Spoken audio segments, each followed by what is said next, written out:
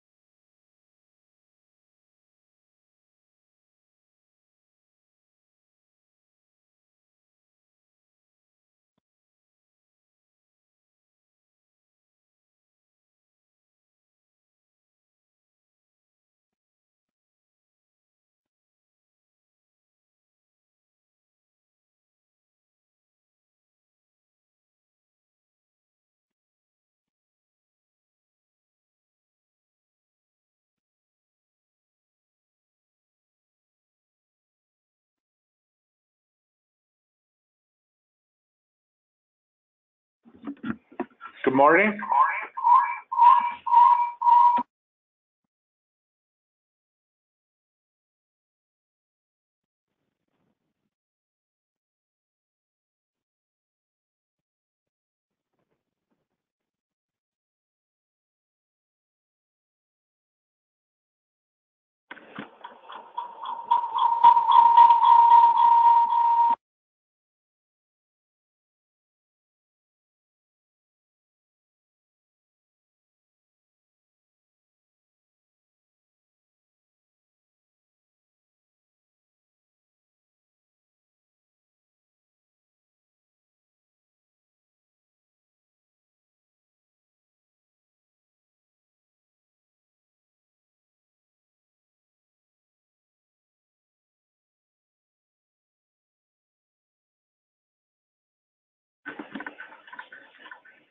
Can you hear me? All right. Well, we gotta keep going forward. If somebody can put a question in whether you're hearing feedback, that would be helpful. Because we have help. With me in the room, I have Caitlin Kelly, as you know, Jordan Garfinkel of DEP, Sue Richardson with MassDEP, and Sharon Weber with MassDEP.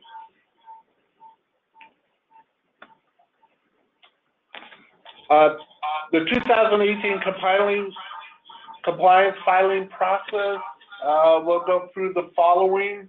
We sent out bank totals on April 16th. If you had any 2016, 2017 bank certificates, those were provided to you. The retail load obligation was provided on May 15th. The compliance workbook was posted and dated for May 24th. You should use that copy. The end of the 2018 trading year will be midnight at June 15th.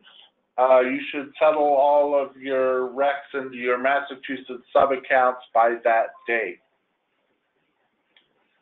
As in past years, we're requesting that if you have an ACP payment, that you submit it to the MassCEC by June 26th, so that MassCEC can turn around and provide a receipt to you, which you can include with your filing, which is due on Monday, July 1st this year. Again, we're requiring both an electronic copy and a hard copy for the wet signatures. The electronic copy should be sent to DOE@mass.gov, and you can mail the hard copies to us. in any event, it would be better to submit the electronic copy, and you can submit the hard copy following the July 1st date. As noted here, ACPs for the Clean Energy Service will follow a different process. MassDEP, upon receipt of the filings, will send an invoice to each supplier. That invoice is due back to MassDEP within 30 days of receiving the invoice. We'll go through this in more detail later.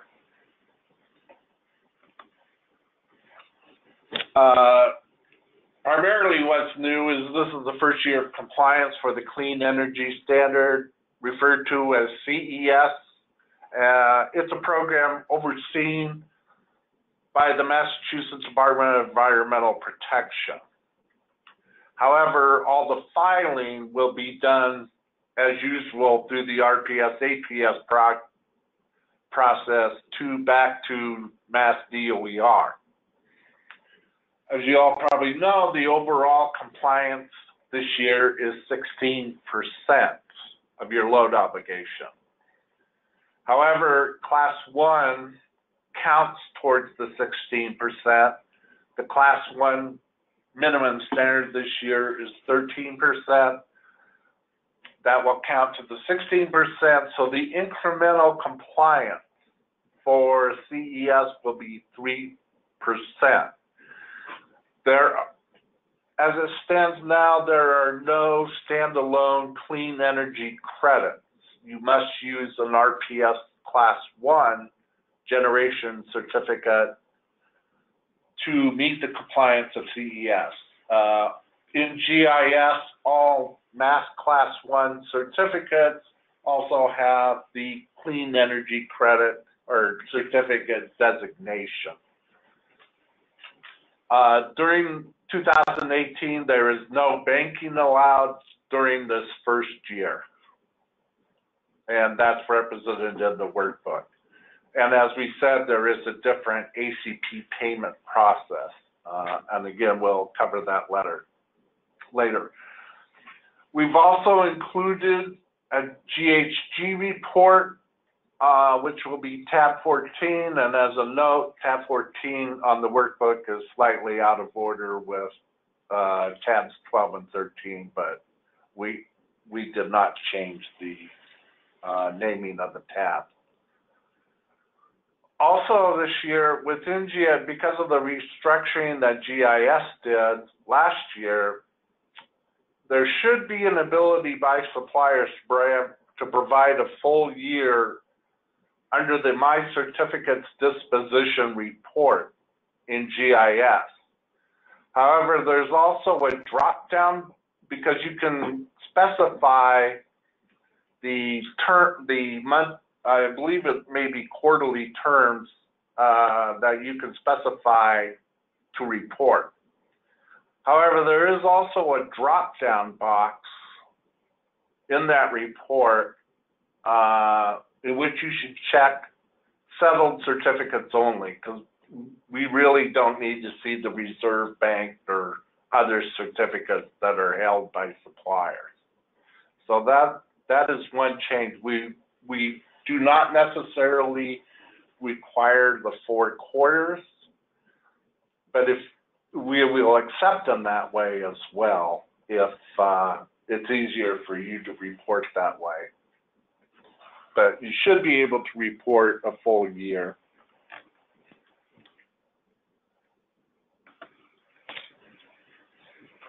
Again, there are exemptions within the solar carve-out. The first exemption is for any contract, obviously executed or extended on or before June 28, 2013. It has a different minimum standard. All contracts executed or extended after June 28, 2013 has the slightly higher standard. This has not changed. There should be a minimum number of contracts now before June 13th, since it's 6 years later.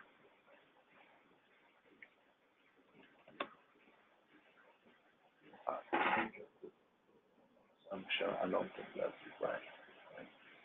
To be able to find out. Okay.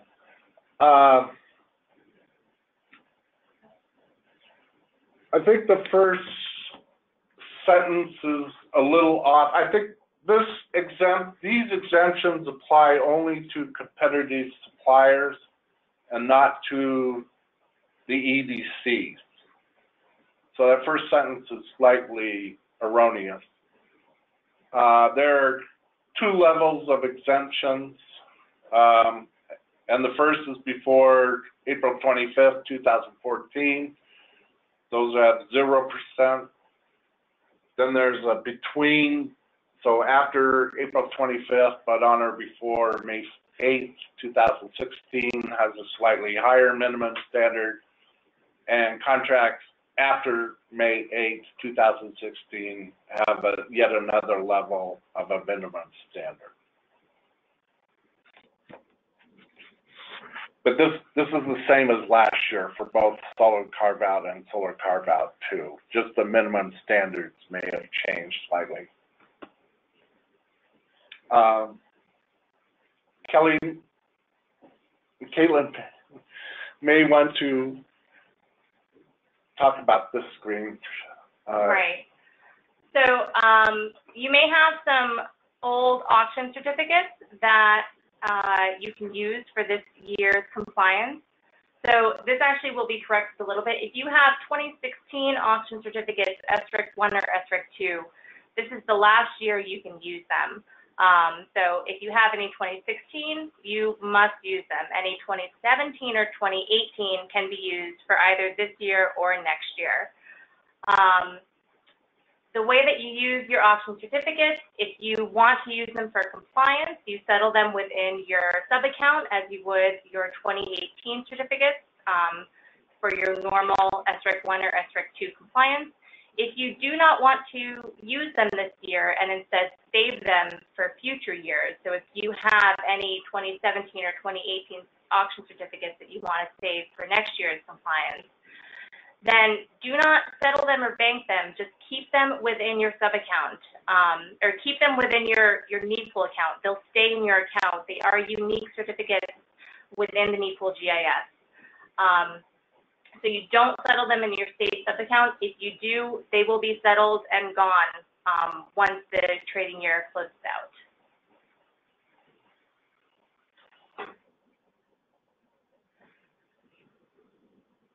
Bank certificates, percentages are the same as last year. Rules are the same. Bank certificates can be used in either of the two subsequent compliance years. The only difference this year is that for the clean energy standard, there is no banking allowed.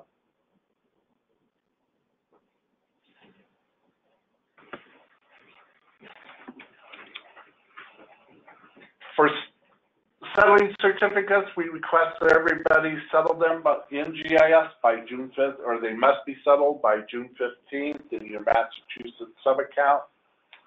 This, as Caitlin said, this would include any reminted solar certificate that you are applying to your obligation, and any additional certificates that are intended to be banked for this year. As noted, what we call errant certificates or unsettled or other do cause accounting issues here and make it more difficult for us to reconcile numbers eventually.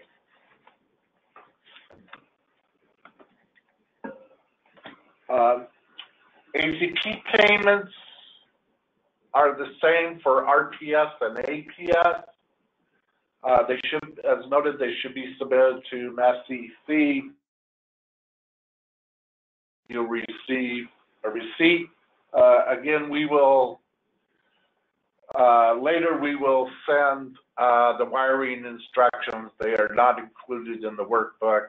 MassDEP asked us to send them by encrypted email, which we will do.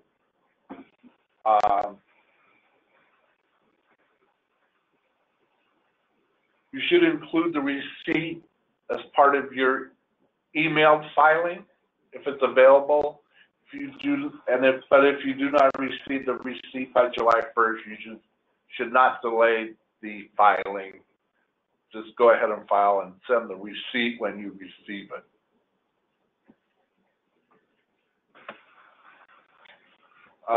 Next, Jordan Garfinkel of MassDEP will describe the clean energy standard.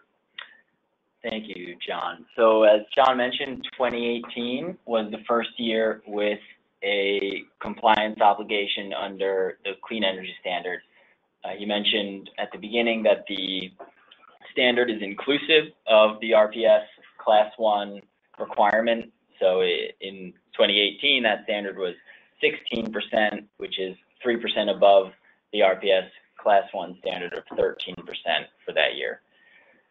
The RPS Class 1 obligation counts fully towards compliance with CES, and as John mentioned, in 2018, all of the clean energy certificates, all the CES certificates are also RPS Class 1 recs, and that's reflected in ePool GIS.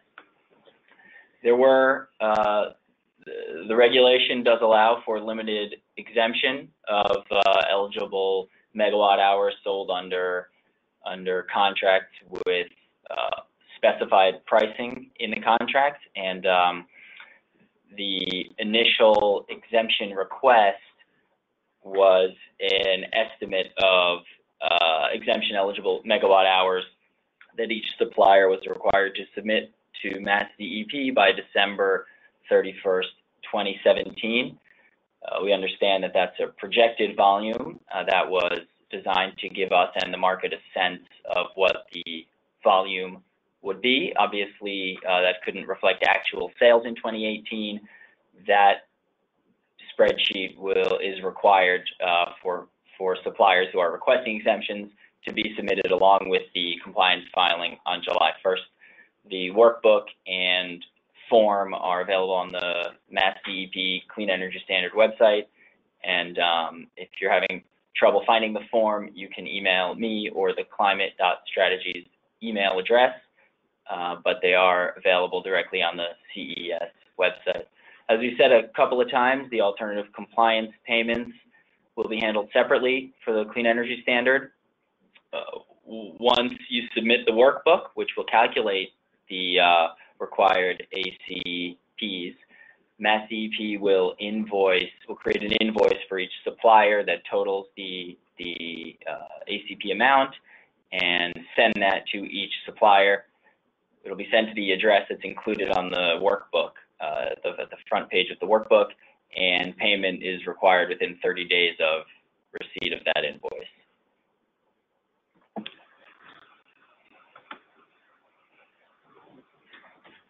This is also the first year we have a tab 14 for GHG reporting, and Sue Ann Richardson of MassDEP will describe this report. Okay. So for 2018, it's going to be the first year of greenhouse gas reporting under 310 CMR 775 instead of 771. There were a few changes. The first one is that what was formerly called the AQ31 optional report is now going to be a required report for utilities and competitive suppliers. This report is satisfied by the completion of tab 14 and also by the GIS settled certificate report that you're going to send to DOER. The other change is that the mandatory report now has a consistent due date of the 15th of the 2nd September following each year. Past years, we used to send it an email with the required date. Now it's just going to be the 15th of September. And the values for the AQ32 spreadsheet that goes with that AQ32 mandatory report will be calculated by tab 14 of this DOER workbook. Okay? And we'll go through tab 14 later in this presentation. So we currently have the auction accounts open for both SREC 1 and SREC 2 certificates. So if you have any surplus certificates that you aren't able to use for compliance or for banking, you can deposit them into the SREC auction accounts. DOER is aware that both markets do seem to be undersupplied this year, so we don't expect to have any significant auction volume in either SREC 1 or SREC 2. If you would like to make deposits into the accounts, they must be made by June 15th. And if you're interested in participating in the auctions, if we do end up having an auction for SREC 1 or SREC 2, you'll need to register by submitting a qualification form to our auction agent. And as always, the auction does represent an opportunity for suppliers to manage their future compliance costs, because right now, knowing where SREC prices are, the auction certainly represents a low-cost buying option to hedge for future years.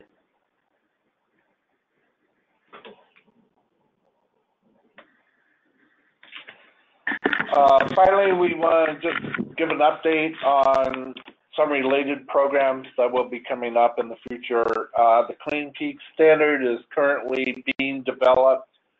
There was a minimum standard established for 2019. It was 0%. So whether that will be in the workbook for next year, we don't know that answer at this time. The offshore wind procurement, known as 83C, the first phase has been awarded and contracts approved. We do expect RECs to hit the market by late 2021 for that, at least the first 400. The second 400 should be completed by 2022. And there has been an RFP issued for the second solicitation of 800 megawatts at this current time. The 83D procurement has been awarded.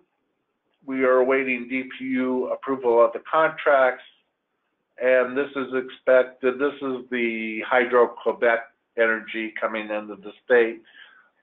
It is expected to qualify for clean energy credits, but that would not occur until 2023, and the credits will be originally issued to the EDCs. This is your contact information. I'm sure you all have it, but just in case. We're going to switch to the workbook. By the way, the webinar will be posted on our website, as well as these documents.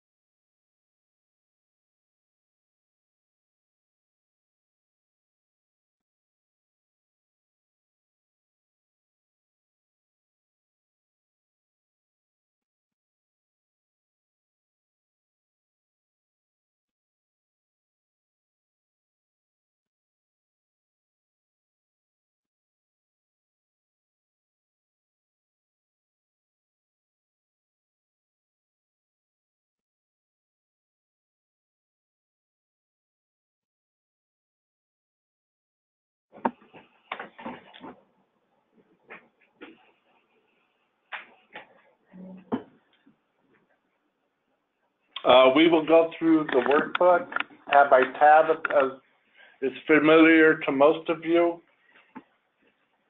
This is just the entry page where you enter your contact information.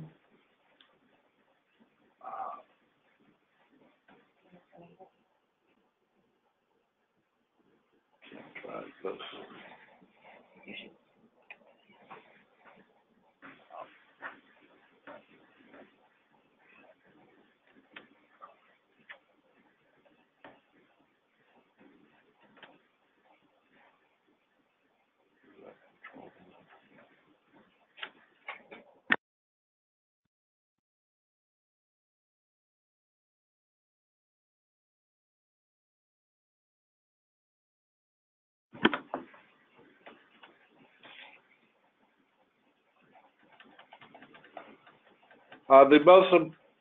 We have a contact person, but also the authorized representative is a person who can sign for the company. They also will attest later in the authorization and certification portion that everything reported is true and accurate. So that's an important designation to be the authorized representative. The prelim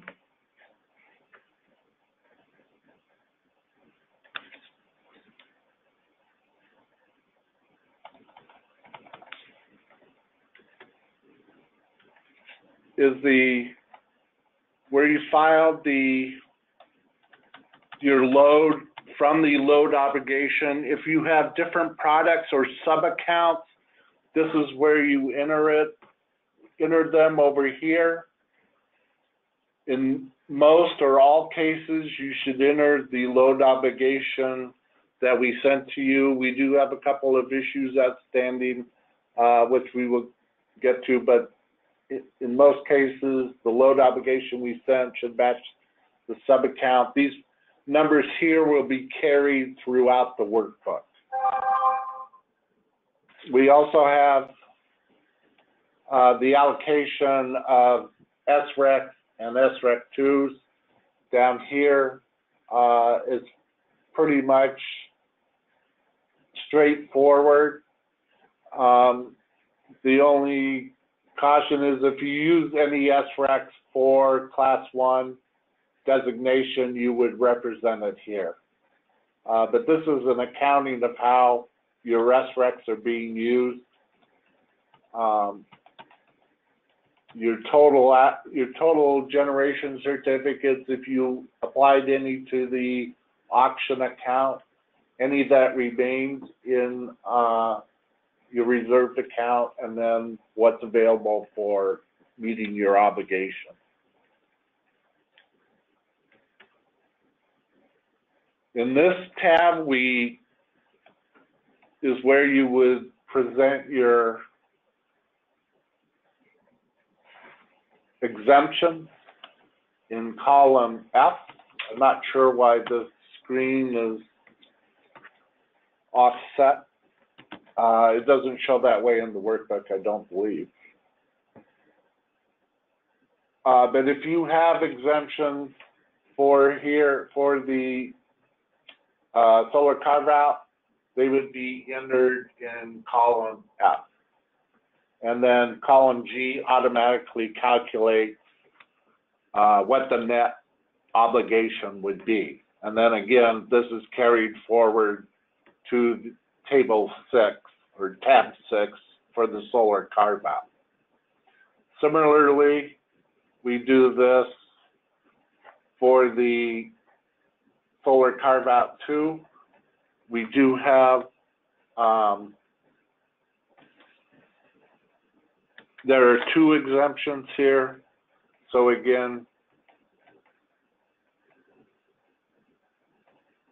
I believe column E would be the first exemption level. You would enter the megawatt hours in column E. By sub-account, or this is the projection of exemptions, sorry. This is the exemption up in F, you would enter your exemptions. For the first level of exemption, column H, you would do the exemptions for your second level. And again, in column I, it automatically calculates what the net obligation for the final level of SRAC 2s would be. And then down below where I was is a projection of how many exemptions you would have in the future.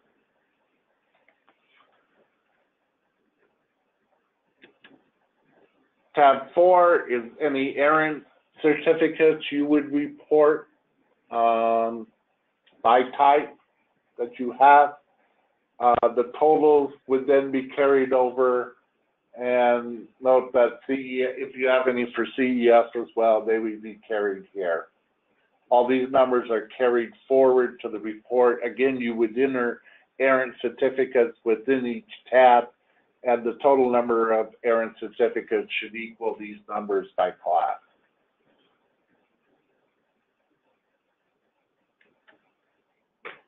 Class 1 is same as last year. The sub-account is carried over to column B. The megawatt hours associated with that sub-count is in column C. Column D, you would put in the number of certificates you are applying to RPS Class 1. Column E is whether you had any errant certificates, so we hope you have 0. Column F is where you would have banked attributes that you were applying to RPS Class 1 from 2 years ago, 2016. If you had 2017 bank certificates, you would enter it in column G. The obligation is calculated in column J. And the ACP, if you owed any credits, would be calculated in column H. Column J adds up all the totals, and it should match to column J. And again, banking is calculated on the total. The banking limit would be your obligation times 30%, which is here. If this number is less than or equal to the column L, it will show up in column N. If column K is greater than column L, then column L will show up in M because that would be your banking limit. And any other excess certificates would expire. So similarly, we have for solar carve-out is the same, except it has an exemption level, which is calculated here. And solar carve-out 2 is the same, except we have 2 exemption levels, but the first exemption level is at 0%, so it's shown there, but it's not calculated because it's 0.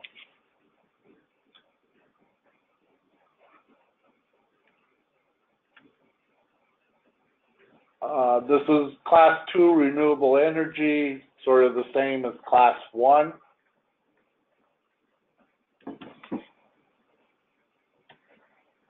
In its appearance, RPS class 2 waste to energy, same song and dance basically. APS, again, a familiar looking table. Finally, we come to CES, which again is a familiar looking table, but Jordan will go through and describe it for you. Yeah, as John mentioned, this is similar to the solar carve-out tables. So I'm not going to go through every column here. I'm going to call your attention to the 3 columns where you'll be expected to enter data. in column D, that's where we address the exemption. That you enter the total megawatt hours that you that are eligible for exemption that will be exempt from the compliance obligation in column D. The number there must match the number submitted on those other forms I mentioned earlier, which will be submitted to DEP directly. If they don't match, we'll reach out and try to reconcile them. But the expectation is that those two numbers should match, and the math will then flow through the rest of the spreadsheet. So the next one where you'll be entering data is column F, and this is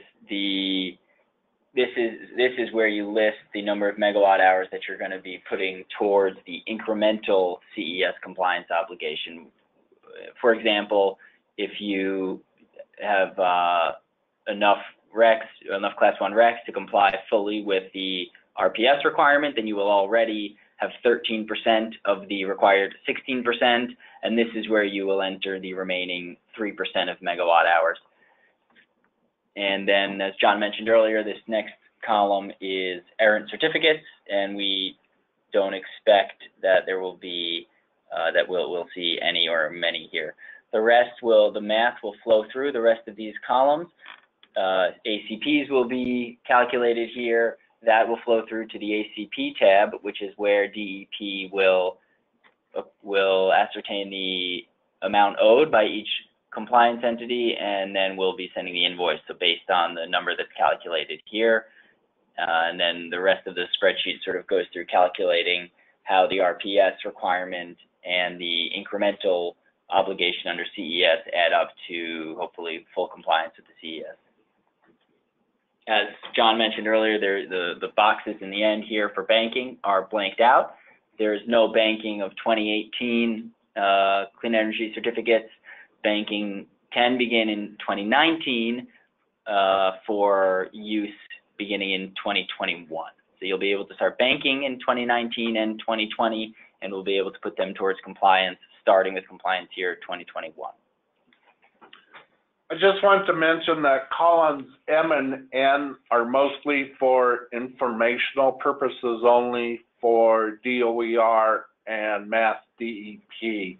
It's just column M is calculating how many total RPS Class 1 certificates were actually under obligation, and then column N adds those certificates plus what the net incremental CES certificates. So it's mostly for informational and reporting purposes for us.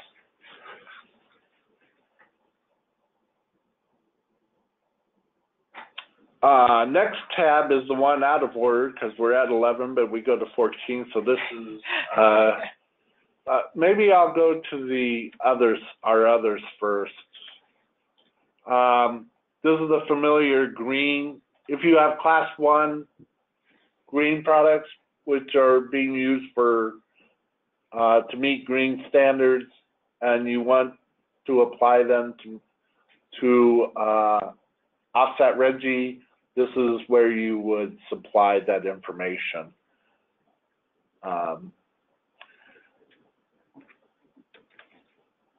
The ACPs, I just want to note, this looks familiar, but we separated out the two. Table 13A is, these are the ACP amounts here. Your ACP totals would be carried over from each class to these cells. Then obviously the ACP is calculated and the total here, and that rolls forward to ours. We do calculate what the ACP for CES would be here, but you are not going to pay this in the same process as we've explained and shown in the box below. The amount shown here is the amount that MassDEP would send you an invoice for separately and due within 30 days. I think I'll just go through these, just to note these quickly. This is the certification form that we do require hard signatures on. I just want to point out that there is a new signature due under the Mass Clean Energy Standard Certification. So we ask that the authorized representative sign and date this as well. So I believe there are 3 places to sign and date here under this one. The authorization form really is telling us that the authorized representative does have the authorization to sign for the company. A lot of confusion is in this box. The basis of the statement of authorization is the title or the responsibility that the authorized representative has, and that you would enter there. So if they're vice president of supply, that's their authorization that they can sign as authorized representative, and you would just note those details here. That is, what is the basis of their ability to sign for the company. We did add a contact at the end just for this year, because there is coordination between MassDEP and DOER, so you can get a hold of any of us here and our phone numbers. Now I'm going to go back. The GHG 14 does require a little more explanation. It's a new form. Does require a few additional calculations, or not difficult, but and Sue Ann Richardson of MassDEP will go through the form. Okay. So this is going to be the now mandatory greenhouse gas emissions report for non-emitting and emitting electricity from your settled certificate reports. You are going to enter the number of certificates in the blue boxes. The non-emitting fuels are on the left, emitting fuels are on the right. The blue boxes are here. Sorry. The certificates need to be from RPS Class 1 or Class 2 certificates, and I believe fuel cells are the only APS eligible certificates that generate electricity. These megawatt hours need to generate electricity, not the thermal. So there's a handful of notes down below. Please read them. There is one box in column G. If you're unsure and you think you have eligible certificates that for a fuel type I have not included, please contact me. We can work with that, and I'll let you know if that will happen.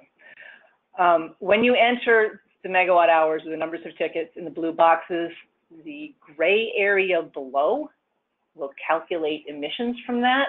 I'm just going to scroll down if I can. Yes.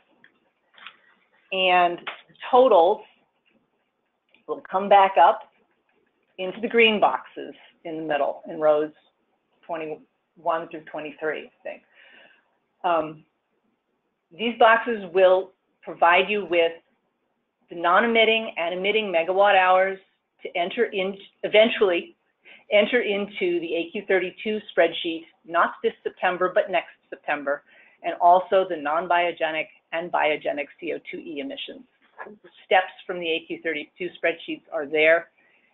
This should simplify the reporting later, but you will need to hang on to this until next September. I think that's about it. If you have questions, please give me a call. Or I believe you can submit questions. Hang on 2 seconds.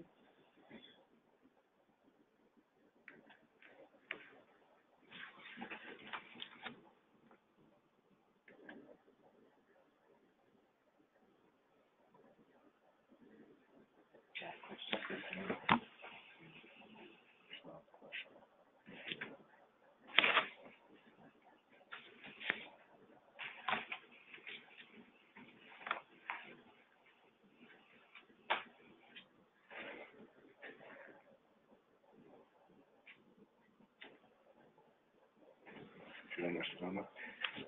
I think you can ask for clarification, Bob. We have one question. If there are carryover amounts, should this amount be reduced on the Tier 1 tab? I'm not, If that question refers, if Tier 1, if you're referring to RPS Class 1, and if carryover refers to banking, could you please clarify that and maybe resubmit the question, and we can try to address it?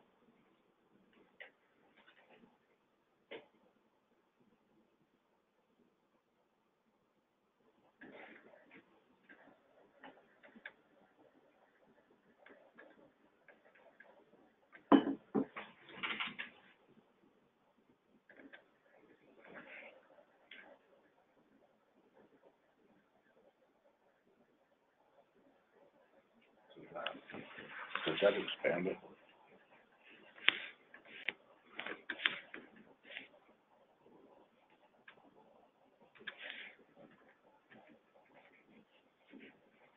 Okay, the question says I will call about questions. That's fine. Are there any other questions?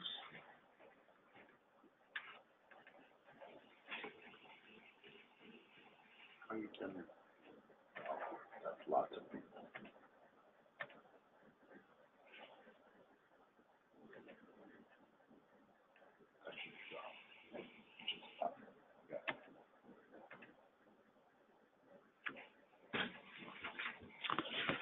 The question about the availability, this presentation will be online, or we'll put it online. The webinar slides will be available online. The workbook is available online. So everything will be available.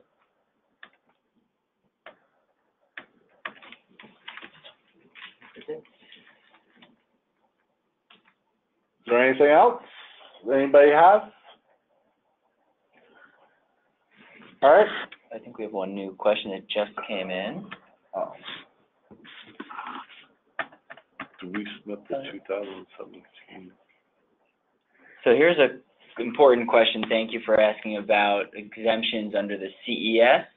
It says, do we submit the 2017 submitted estimates for the exemption or the actual data? So this refers to the initial submission that was required by the end of the year in 2017.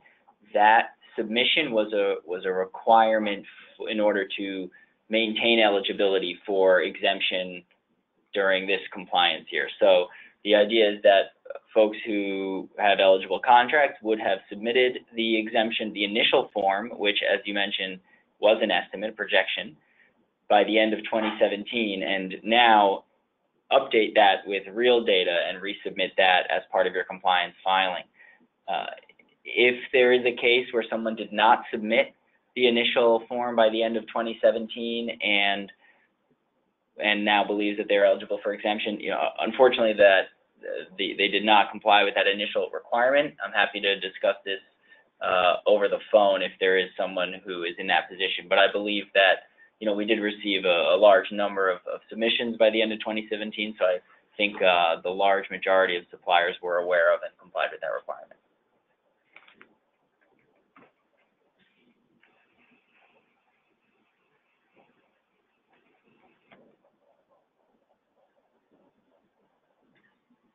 It's a little clear. So we don't have any additional questions. If there's something we missed, you can enter it in the box now or send, you have all of our contact information in the workbook and on the webinar and the website. Okay, so I guess that concludes this webinar. Thank you for your participation, and do get in touch with us if you have any questions or need just additional information. Thank you. Have a good rest of your day.